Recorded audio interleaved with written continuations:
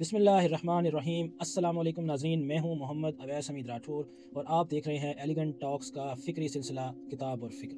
ناظرین، جیسا کہ آپ جانتے ہیں کہ مردو رائے کی شرح آفاق تصنیف ہندو رولرز مسلم سبجیکٹس پر ہماری ریویو سیریز جاری ہے اور یہ اس سیریز کی آخری ایپیسوڈ ہے۔ ہم مردو رائے کا اپنا لکھا ہوا کنکلوژن آپ کے سامنے پیش کریں۔ پہلا پوائنٹ ہے آزادی کا خواب جو حقیقت نہ بن سکے۔ ناظرین، مردو رائے کہتی ہیں کہ کشمیر کے مسلمانوں کے لیے 1947 کی آزادی ایک کھوکھلا وعدہ ثابت ہوئی۔ ڈوگرا راج ختم ہوا مگر عام کشمیری کی حالت میں کوئی فرق نہ آیا۔ اب بھی چند بااثر طبقے، زمیندار، سیاسی رہنما اور انتظامیہ سب کچھ اپنے قبضے میں رکھتی ہے، جبکہ عوام وہی غریب اور بے بسی میں پھنسے ہوئے نظر آتے ہیں۔ شاعر مہجور کی مایوسی اسی احساس کا اظہار ہے کہ آزادی صرف چند لوگوں کی دولت بن گئی، عوام کے لیے کچھ بھی نہیں۔ ناظرین، دوسرا پوائنٹ ہے شیخ عبداللہ اور ادھورے وعدے۔ 1940 کی دہائی میں شیخ عبداللہ نے نیا کشمیر کا خواب دکھایا، زمین کی منصفانہ تقسیم، سب کے لیے خوشحالی، لیکن جب اصلاحات کی باری آئی تو اشرافیہ اور خاص طبقے اپنے مراعات برقرار رکھنے میں کامیاب رہے۔ اگرچہ کچھ مسلمانوں کو بھی فائدہ ہوا، لیکن ایک قوم کے فلسفے نے پنڈت طبقے کو اب بھی ریاستی مشینری پر غالب رہنے پر مجبور رکھا۔ یوں پرانے عدم مسافات نئے ناموں کے ساتھ دوبارہ زندہ رہے۔ پوائنٹ نمبر 3، بھارت کے وعدے اور انکار۔ جواہر لال نہرو نے وعدہ کیا تھا کہ کشمیری عوام سے ریفرنڈم کے ذریعے پوچھا جائے گا کہ وہ بھارت کے ساتھ رہنا چاہتے ہیں یا نہیں۔ یہ وعدہ کبھی پورا نہ ہوا۔ جب شیخ عبداللہ نے آزاد کشمیر یا خود مختار حیثیت کی بات کی تو انہیں 1953 میں جیل میں ڈال دیا گیا۔ اس کے بعد دلی نے اپنی مرضی کی حکومتیں بنائی، انتخابات ہوئے مگر اکثر غیر شفاف اور من گھڑت تھے۔ یوں دلی کی سرپرستی میں بننے والے سیاستدان عوامی خدمت کی بجائے اپنے مفاد کے لیے مرکز کی امداد لوٹتے رہے۔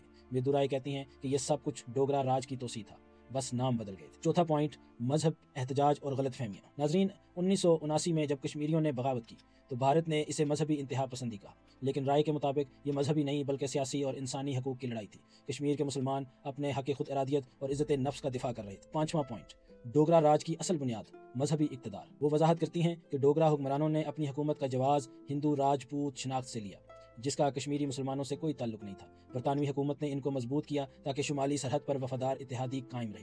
یوں کشمیر کے مسلمان سیاسی اور انتظامی ڈھانچے سے عملاً کاٹ دیے گئے تھے۔ پوائنٹ نمبر 6، مذہب بطور طاقت، ہندو ریاست کا ظہور۔ مردو رائے لکھتی ہیں کہ ڈوگرا حکمرانوں نے ریاست جموں کشمیر کو ایک ہندو ریاست کی شکل دی، جہاں مذہب اور سیاست ایک ہو گئے تھے۔ اس کے نتیجے میں مسلمانوں کی مذہبی، ثقافتی اور معاشی حیثیت کمزور پڑ گئی تھی۔ پوائنٹ نمبر 7، 1931 کی تحریک اور کشمیریت کا مفہوم۔ 1971 میں عوامی بیداری اٹھی مگر مردو رائے کے مطابق یہ بھی ایک ایسے توازن پر قائم تھی جہاں پنڈت طبقے کے مفادات محفوظ رہے اور اکثریتی مسلمانوں کے حقوق ثانوی حیثیت میں رہے۔ پوائنٹ نمبر 8، مذہب اور قومیت کا تضاد۔ برصغیر کی آزادی کے بعد بھارتی ریاست نے اپنے سیکولرزم کو ثابت کرنے کے لیے مسلم اکثریتی کشمیر کو بطور ثبوت سیکولرزم پیش کیا، یعنی دیکھو ایک مسلمان ریاست بھی بھارت کے ساتھ ہے، لہٰذا بھارت فرقہ پرست نہیں۔ لیکن عملی طور پر یہی سیکولر ریاست کشمیری مسلمانوں کی مذہبی شناخت کو مٹانے لگی۔ نتیجہ یہ نکلا کہ کشمیری پوری طرح سے بھارتی نہ بن سکے بلکہ اپنی راہ الگ بنانے پر مجبور ہوئے۔ پوائنٹ نمبر 9، دوہرا معیار۔ رائے لکھتی ہیں کہ بھارت کے سیکولر نظام نے کشمیر کے پنڈتوں کے مذہبی مفادات کا تحفظ کیا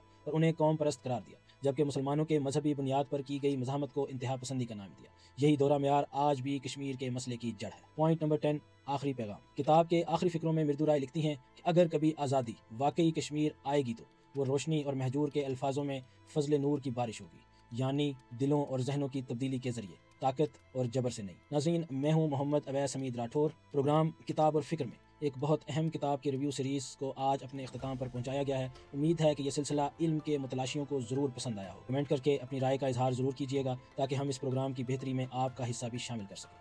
پھر ملیں گے ایک نئی کتاب اور ایک نئی فکر کے ساتھ۔ پاکستان زندہ باد، آزاد ریاست جموں کشمیر پائندہ باد۔